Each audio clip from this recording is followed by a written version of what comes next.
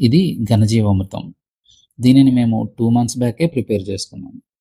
నా గత వీడియోల్లో లిక్విడ్ జీవామృతం ఎలా యూజ్ చేయాలో చూపించాను.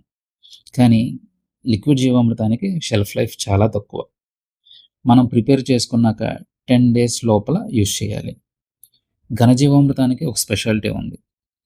దీనిని మనం అప్ టు 6 మంత్స్ వరకు స్టోర్ చేసుకొని యూజ్ చేసుకోవచ్చు. ఇది టెర్రస్ గార్డెన్ వాళ్ళకి చాలా బాగా ఉపయోగపడుతుంది.